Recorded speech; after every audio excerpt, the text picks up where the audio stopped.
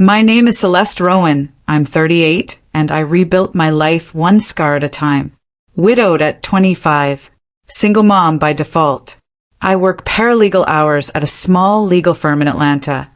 Just enough to pay for rent, Eastlaw school lunches, and save every cent I could into her college fund. She's 11, coding since 8, too smart for the world she's stuck in. I married Darius 2 years ago. He had a clean car, a warm smile, and never raised his voice. But the thing about quiet men is this. They're hard to hear even when they're screaming. He was gone before sunrise. Closet, half empty. No note. His phone straight to voicemail. I stood there barefoot, blinking at the mess he didn't leave. That was the first alarm. The second came 23 minutes later when I opened our shared online banking. Checking account, $89.41. College fund, $0. Frozen. There was a transaction line I didn't recognize. Cayman Holdings, A02. Transferred out at 3:16 a.m. Initiated from a secured device not linked to my user ID. I refreshed the page 4 times until the numbers blurred. Then I ran to Eastlaw's room.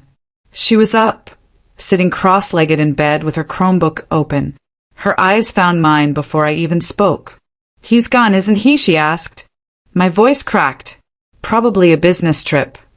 You don't wear cologne for a business trip at 2 a.m. She always saw more than I said. I sat beside her, pretending my hands weren't shaking. She reached out, closed the laptop slowly, then looked me dead in the eye. "It's time you saw what I've been working on." I followed her to her desk. The monitor glowed coal blue. She entered a password, 16 characters, alphanumeric, no way I'd guess it. A folder opened. Striker protocol. I froze. Inside were screenshots, financial records, GPS logs, emails, an airline confirmation for D, Striker Plus, C Vale. Destination Miami. One way. 7:50 a.m. departure. Gate B19. Who the hell is C Vale? I whispered. Cassandra Vale, Eastlaw replied. She's vice president at Jasper Ridge Investments. She logged in to our joint account from her firm's IP address 3 times last week. I blinked. How did you get? He never logged out on his work laptop. The room swayed. I grabbed the desk to steady myself. Did you know he used my social security number? She asked. What? For a test trust. That's what he called it in one of the emails. He ran a shadow account using my name. You need to see this. She clicked on another folder. Fake documents. Digital signatures, forged with my name and hers. One labeled Rowan Legacy Trust. Another, Vault Transfer, third-party authorization. Every instinct screamed, fight, flight, freeze. I froze. He's not just a cheater, Eastlaw said calmly. He's a thief. I opened my mouth to argue. Nothing came out. The air around us felt thinner, like someone was watching. The printer in the hallway powered on suddenly. Both of us turned. I walked out first, heart thudding. One sheet. It printed slowly like it had something to say. An image emerged. Our front door from the outside. Time-stamped. 20 minutes ago. I grabbed Eastlaw's arm. Pack a bag, I said. For how long? I don't know. I ran to the closet for my purse. The security app on my phone blinked red. System override attempted. Then went black. We bolted for the car. Engine started. I didn't breathe until we hit the end of the block. Eastlaw didn't speak. Just opened her laptop again. Where are we going? She asked finally. Somewhere he doesn't expect. You mean somewhere she doesn't expect? I glanced at her. She smiled slightly. It's never just the man. It's always the plan. I gripped the steering wheel harder. As we turned the corner, a dark sedan pulled out 2 blocks behind us. Lights off. No plates. My pulse pounded in my ears. He's not running from us, Mom. Eastlaw's voice was flat, certain. He's preparing for something worse. We drove with the windows cracked, no music, no words. Isla's laptop balanced on her knees, her fingers a blur. My heart kept skipping beats. The rear-view mirror held the same shadow, the black sedan 2 cars behind, headlights still off. She clicked. A file opened. Rows of data filled the screen. I started tracking him 3 months ago. Why? I asked, barely hearing myself. She shrugged. He was too polite. The gas light blinked orange. I turned off the next exit, heart stuttering. We needed light. People. Witnesses. We pulled into the lot of an old diner, Cherry's Grill and Gas, a neon sign flickering overhead like it hadn't slept in years. I parked under a camera and faced Isla. You shouldn't have done this alone. Neither should you, she said soft. Inside, the air smelled like burnt coffee and old fries. We took a booth in the back, cornered by 2 walls. Isla opened the file again. She tapped the screen. This is what he's been moving. The numbers didn't lie. 4 accounts. 1 tied to my dead mother's estate. 1 under Isla's name. 2 more ghost names I didn't recognize. Money pulled. Funds rerouted. Passwords reset. Every step traced and buried through encrypted proxies. I leaned in. Where did you learn this? Reddit. A YouTuber. And I asked someone. I blinked. Who? Her name's Mia. She's 13. Lives in Oregon. Her dad vanished last year. Similar pattern. You're talking to another child about financial crime. She figured out her dad was laundering crypto through camp tuition systems. That landed like a slap. A waitress walked by. Y'all okay? We're fine, I said too fast. Isla looked at me. You always say that when we're not. The laptop pinged. A notification from a tracker she built. New login detected. D. Stryker, Jasper Ridge IP, Miami, Florida. He had just accessed one of the shell accounts. Isla tapped her keyboard, locking his actions into a trace archive. You said he'd be gone, I whispered. He is. But someone else is cleaning his trail. Cassandra. Or someone above her. It's not just about stealing from us anymore. Isla zoomed in on one document. The signature. My name. Not my writing. A perfect forgery. My hands went cold. If this gets traced, I said, I could go to prison. She looked up. Not if we flip the narrative first. You're 11. You're scared. A pause. Then she pulled out a flash drive from her coat pocket. Let's make them scared, too. Cut scene. 2 hours later. We parked outside a U-Store facility near Decatur. Isla had traced Darius's payments to this address, using a burner card linked to one of the ghost accounts. The keypad beeped. The unit slid open. Inside, 3 cardboard boxes, shredded documents, 2 old laptops, a printer still warm. The air smelled like toner and sweat. The lights buzzed faintly overhead. We dug through the scraps. Paper fragments, part of a ledger. A list of minor names, each tagged with a trust code. One line stopped me cold. Rowan Legacy, 2417TX, active/on watch. On watch? Is this a system flag? I asked. Isla nodded slowly. They're tracking which kids they can exploit next. Darius used me as a pilot. I backed away. He used you as bait. The air shifted. Outside, tires rolled on gravel. Slow. Heavy. We killed the light and flattened against the wall. A van crawled past. Black. No markings. No tags. We didn't move until it was out of sight. Back in the car, Isla finally exhaled. They know we're watching them now. My phone buzzed. A text. No number. Just 5 words. You're making a mistake. Stop. I stared. Isla read it too.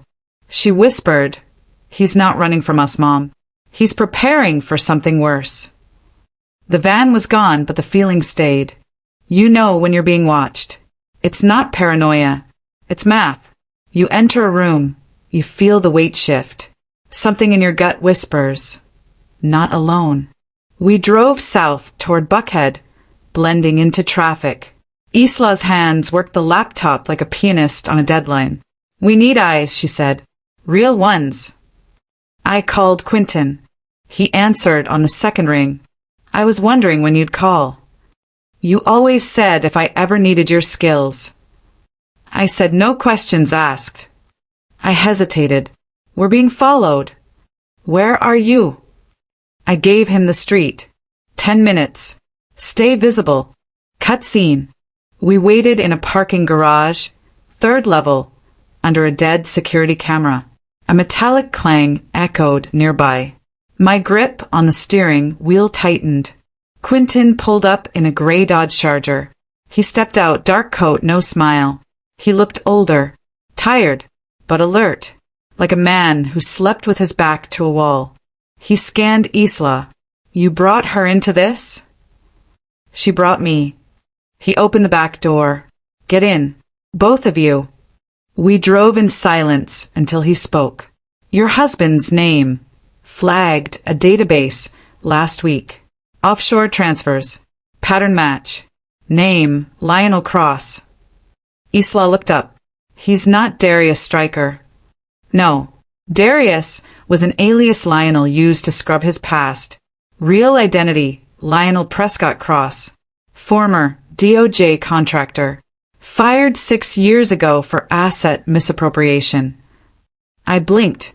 You mean he used to work for the government? Worse. He built tools they still use. Cut. Quentin's office sat 3 floors above a Cuban sandwich shop. Windows blacked out. Desk clean. One wall covered in pinboards, red thread, photos, timelines. He pulled out a file. 2 weeks ago, someone tried to transfer $450,000 from a minor trust in Houston. Identity match, 11-year-old. Mother deceased. Father MIA. I felt sick. They're targeting kids. I asked. Only the smart ones. Only those with paper trails someone forgot to lock down. Why? He exhaled. Because no one checks the fine print when a child's inheritance disappears. Isla pulled out her flash drive, plugged it in. We found forged documents. One labeled Rowan Legacy, active/on watch. Quentin froze. On watch isn't just tracking. It means they've already sold access. I felt the blood leave my face. They what? They auction financial access to potential investors. A digital black market. Your daughter's name is on a watch list they monetize. Cut scene. Quentin turned to his desk. We're filing a report, but it'll trigger flags. You need to be ready. For what? For the fallout. I stepped outside to breathe. The alley was quiet. No wind. A paper cup rolled slowly across the pavement. Then I heard it, a soft shuffle. Behind me, a figure emerged from shadow. She was maybe late 30s, blazer sharp, blonde hair pulled back too tight. You're Celeste, she said. I didn't answer. I'm Marisol Chase. I used to work with Lionel. Used to. He turned on all of us. I narrowed my eyes. Why are you here? Because he won't stop until he erases every trace of what he built. That includes you. Cinematic beat. I want to help, but you have to give me something in return. Like what? Everything Isla has. I didn't flinch. You're out of your mind. No, I'm out of time. Cut scene. Back upstairs, Quentin ran a reverse trace on the burner number that sent me the warning text. Not Lionel, he said. Then who? He typed fast. The system pulled up a new name, Cassandra Vale. Vice President, Jasper Ridge Investments. His mistress. I asked. His boss. The screen flashed again. An audio file downloaded. A voicemail never received. Isla's number hacked. We played it. Lionel's voice. Come. Calculated. If you go public, they'll bury you in countersuits and red tape. This isn't about money anymore. It's about survival. I turned to Isla. He knows you're the threat now. She stared at the screen, eyes like stone. Good. That means he's scared. The knock hit the door like a fist through bone. 3 hits. A pause. 2 more. Calculated. Confident. Like whoever stood outside already knew we were frozen on the other side. Quentin jerked his head toward the hallway. Stay behind me. Isla clutched her laptop to her chest. I held her shoulders, my pulse banging in my ears. The apartment lights flickered, once, twice, like a warning. Another knock. Harder. Quentin moved, quietly, checking the peephole. His breath caught. Not him. Then who? I whispered. He didn't answer. Cut scene. We slipped into the back stairwell. The concrete smelled like cold rain and metal. My shoes slapped too loud. Isla's breaths turned sharp. Quentin pushed us downward. Garage. Now. The stairwell door above slammed open. Footsteps. Slow. Heavy. Someone descending. Go, Quentin hissed. We burst into the parking level, sprinting toward his Charger. Isla yanked the back, door open, and dove inside. I followed, heart punching ribs. Quentin slid into the driver's seat and hit the locks. Engine on. Headlights flared. A figure stepped into the beam. A man in a dark raincoat. Hood low. The kind of posture that belonged to someone who didn't fear bullets or witnesses. But when he lifted his head, I saw the face. Lionel Cross. Not Darius. Not the man I thought I'd married. The man behind the man.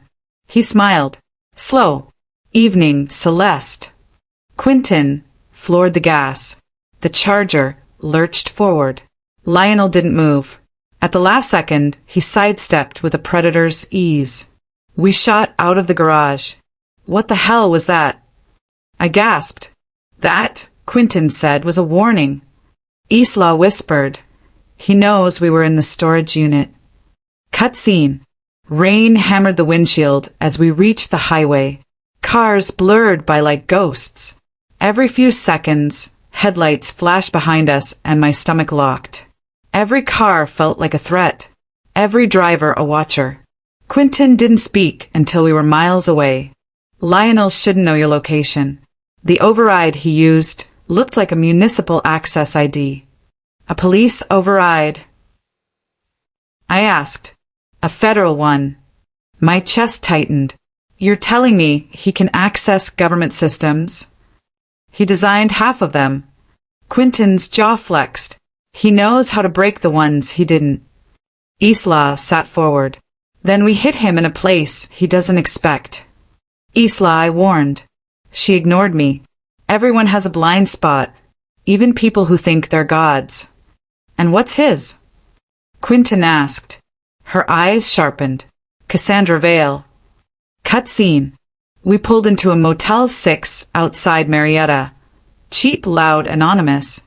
Quentin booked 2 adjoining rooms under his name. Cash. I locked the door behind us. Checked the curtains twice. Then again. Isla sat on the bed and booted her laptop.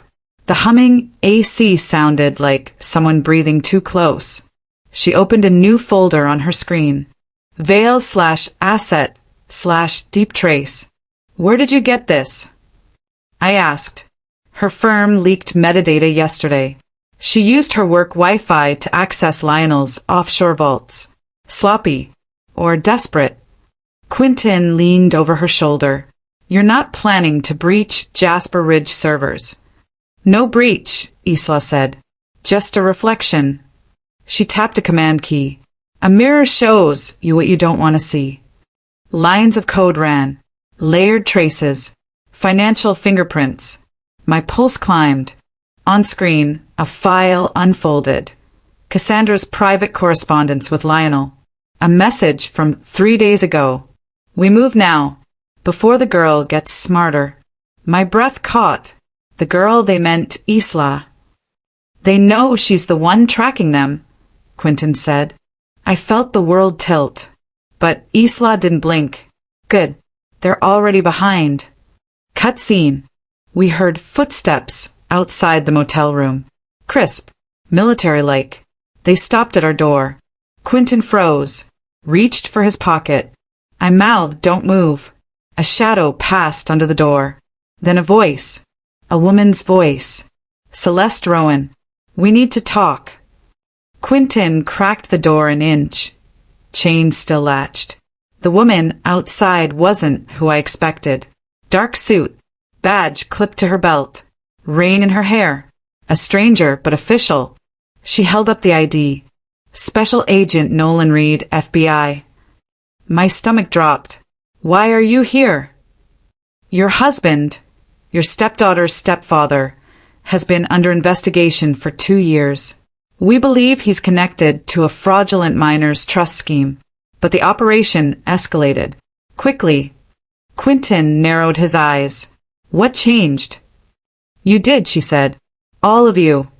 A gust of wind slammed the door wider than I intended. She stepped inside. "The moment you accessed Jasper Ridge metadata, Lionel Cross lost operational control. He's cleaning house. He's unpredictable." "Unpredictable how?" I asked. "Unpredictable as in people close to him start disappearing." Silence. Then Isla's laptop pinged. A location hit. Miami. High-rise. Device registered. D. Striker active. "He's online," Isla whispered. But it wasn't Darius. It was Lionel using his old credentials. Agent Reed leaned in. "If he's logging in, he's exposed. This is our moment." Isla exhaled. "Then, let's take it." "Hold on," Reed said. "Anything you do from here on out makes you part of an active federal investigation." I looked from Isla to Quentin to the agent. "Can we actually stop him?" I asked. Reed didn't blink. "If we move now." Thunder cracked. Lights flickered. Then the motel phone rang. I stared at it. Nobody had that number. Quentin picked up and froze. He handed me the phone. "You should hear this." I pressed it to my ear. Lionel's voice whispered through the static. "Running only delays the ending, Celeste. And endings always come." A pause. Breathing. "Come. I know exactly where you are." Then the line went dead. Agent Reed didn't flinch when the line went dead. Quentin locked the motel door. Isla whispered, "He's close." And I felt it too, the air shrinking, the walls leaning in. There's a saying I once heard. Fear is the tax you pay for loving something enough to lose it. Tonight, it felt like interest was due. "We move," Reed said. "Now." Cut scene. The Charger tore down I-75, rain streaking the windows like scratches. Isla sat wedged between us in the front seat, laptop open, glow lighting her face like a mask. Quentin spoke over the storm. "If Lionel knows where you are, he knows where you're going." "Then don't go where he expects," Isla murmured. Reed glanced at her. "And where is that?"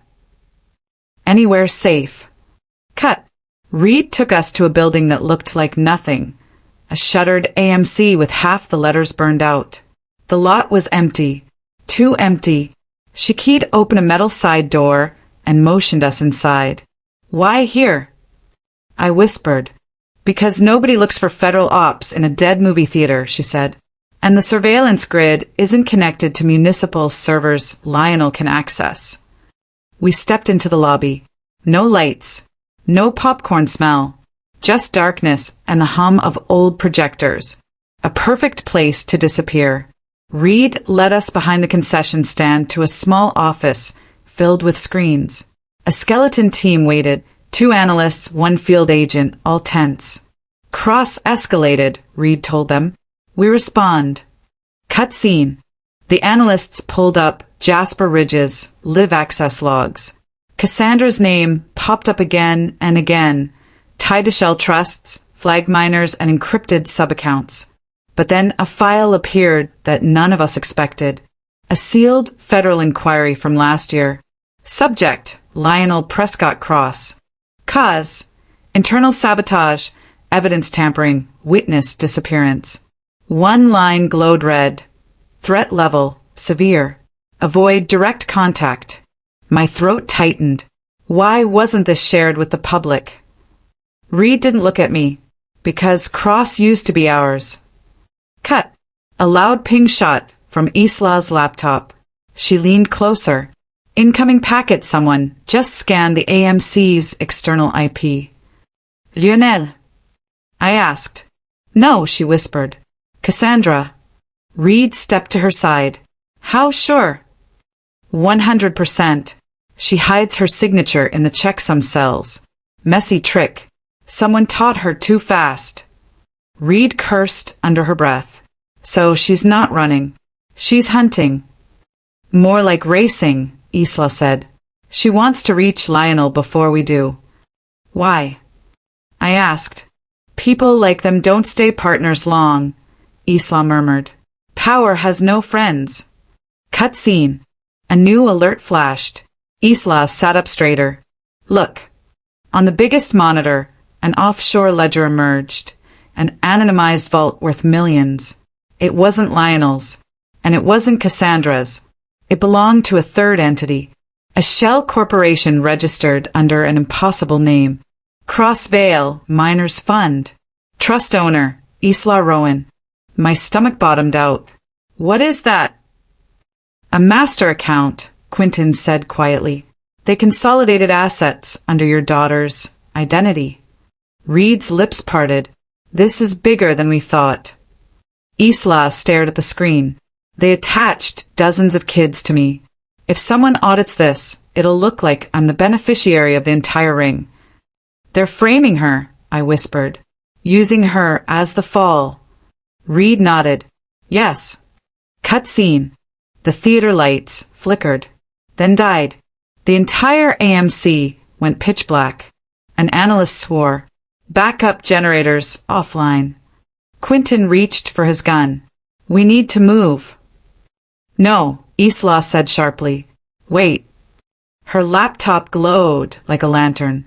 A new window opened. An intercepted message routed from a burner phone. To Cross. From CV. Subject, clean sweep.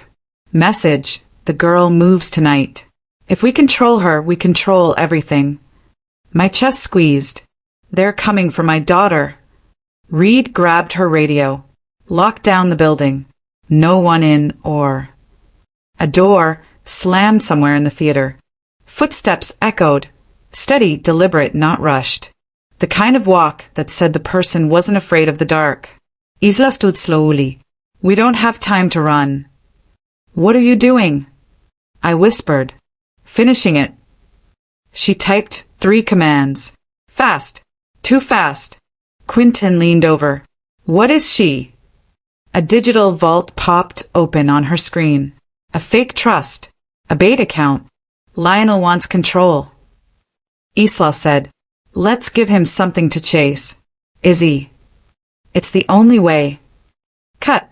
She hit enter. A location beacon deployed. A digital flare. Miami coordinates. A rooftop signal. Now they'll both go there, Isla said. Lionel and Cassandra. They'll think it's the final vault. And when they show up? I asked. Reed holstered her weapon. We'll be waiting. The screens flickered back on. Emergency power. A map loaded. Miami coastline. A high-rise signature. Device active. And then, Darius's voice crackled through Isla's speakers. Breathless. Panicked. Terrified. Celeste, please. You have to stop. She's going to kill him. She's going to kill all of us. I froze. Darius. She turned on Lionel. You don't understand. Cassandra isn't the mistress. She's the mastermind. Cut. The line broke. Sirens wailed outside the AMC. A helicopter thundered overhead. Reed looked at us, jaw tight. Pack what you need. We're wheels up in 10. I grabbed Isla's hand. She squeezed back. He's taking the bait, she whispered. The helicopter blades cut the night into knives. Wind roared around us on the tarmac, drowning every thought except one: it ends tonight. Reed pushed us toward the aircraft. High rise in Miami. Cross's device is active. Cassandra's closing in.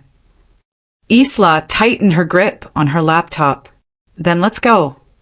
Cut scene.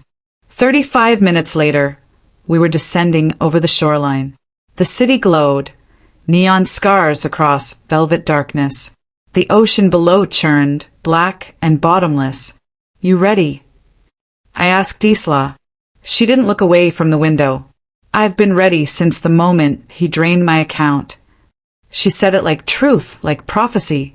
Quentin strapped on a comm unit. Once we breach the rooftop, no hesitation. Cross will run. Vale will not. Why? I asked. People who build empires run. People who want crowns stay. Cut. We landed on the high-rise rooftop, slick with humidity. The wind whipped at us hard enough to steal breath. A service door rattled against its hinges. Reed signaled. Quentin pushed forward. Isla and I stayed behind them, shadows against shadows. Inside the stairwell, darkness. Damp concrete. A metallic tang in the air. We descended one flight. Then another. Then a scream. Male. Choked. Cut short. Reed drew her weapon. Stay behind us. My heart clawed its way up my throat. We pushed to the next landing. There he was. Darius, bloody, shaking, hand pressed to his stomach, sliding down the wall. Alive, but barely. The man who betrayed us. The man I once trusted. He tried to speak. She. A bullet hit the wall beside his head. We ducked. Cut scene. Cassandra stood at the far end of the hallway. Gun steady, expression calm enough to freeze bone. Her blonde hair was pulled tight, not a strand out of place. She didn't look at Darius. She looked at Isla. You're the clever one, she said. Too clever. Reed stepped between them. Drop the weapon. Cassandra smiled. You're late. Hands where we can see them, Quentin barked. But she didn't move. Instead, she tapped a device in her hand, a small encrypted drive. You think you can win? This vault is the entire operation. Kill me, and you lose the only leverage that makes the Bureau listen. Let me walk, and you get cross. My breath stilled. You're bargaining with children's lives. She shrugged. Children grow up. Money lasts forever. People like you burn out, I said. You're just the match. She tilted her head, amused. Funny. He said the same thing about you. Then she lifted the gun. Cut. Isla moved first. She stepped out from behind Reed. Laptop open, screen pulsing with rapid code. Shoot me, she said quietly, and the vault wipes itself. I programmed a dead man's protocol. If my heart rate spikes over 160, everything burns. Cassandra blinked. You're bluffing. Isla's voice was steady. Check the server. You'll see the countdown. Cassandra hesitated. Looked down at her device. Reed saw the opening. Now, she yelled. Quentin lunged. Reed fired a warning shot. Cassandra twisted, screamed, fired back. Her bullet grazing Quentin's arm. He hit the ground, sliding. Darius crawled away, clutching his stomach. I grabbed Isla, pulling her behind a pillar. Cassandra bolted down the hallway. Reed chased her. Stop! Cut scene. We reached the mechanical level, pipes, vents, industrial shadows. Cassandra shoved through a door to the rooftop deck overlooking the water. Wind howled. Helicopter lights cut through the gloom as federal units descended. Cassandra turned. Gun up, cornered but still dangerous. It's over. Reed shouted. No, Cassandra hissed. It only ends if I say it ends. She aimed at Isla. My scream tore out before I knew it. But Isla didn't move. She typed one last command. Cassandra's device vibrated, then beeped. A warning flashed on her screen. Vault compromised. Data mirrored to federal server. Backup owner, I. Rowan. Cassandra's eyes widened. What did you do? Isla lifted her chin. Checkmate. Reed tackled Cassandra in one clean motion. The gun skidded across the concrete. Agents swarmed. Metal cuffs clicked. The storm broke. The empire fell. And my daughter stood in the center of it all, calm, fierce, unshaken. Cut scene. Hours later, the sun crested the horizon. Gold spread over the water like forgiveness. Darius was taken into federal custody. Lionel, captured in Miami by a second team, was dragged out of a server room where he tried to destroy the last of his data. Cassandra's arrest hit headlines before noon. Reporters swarmed. Flashbulbs burst like tiny detonations of truth. Someone murmured behind me, "Every empire collapses from within." Maybe so. But sometimes it collapses because one girl refused to let it stand. Cut.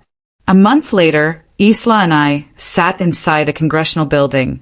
Marble floors, cold air, the hum of a nation too busy to notice two survivors catching their breath. She waited beside me, legs swinging, laptop in her lap, childlike and not, innocent and not. "Are you nervous?" I asked. "No." Then she paused. "A little. You don't have to go in there and impress anyone." She smiled. "I'm not going in to impress them. I'm going in so they stop pretending kids don't see what adults hide." I squeezed her hand. "You saved us." She shook her head. "No. You believed me." A committee aide opened the door. "Isla Rowan? They're ready." We stood. She walked ahead of me, small shoulders squared, brave in a way no child should have to be. As she stepped into the chamber, cameras flashed. She didn't flinch. She looked back once, eyes bright, steady, older than 11. And she said the last line of our story, quiet, certain, unforgettable. They thought I was a pawn. But pawns, when they reach the end, become queens.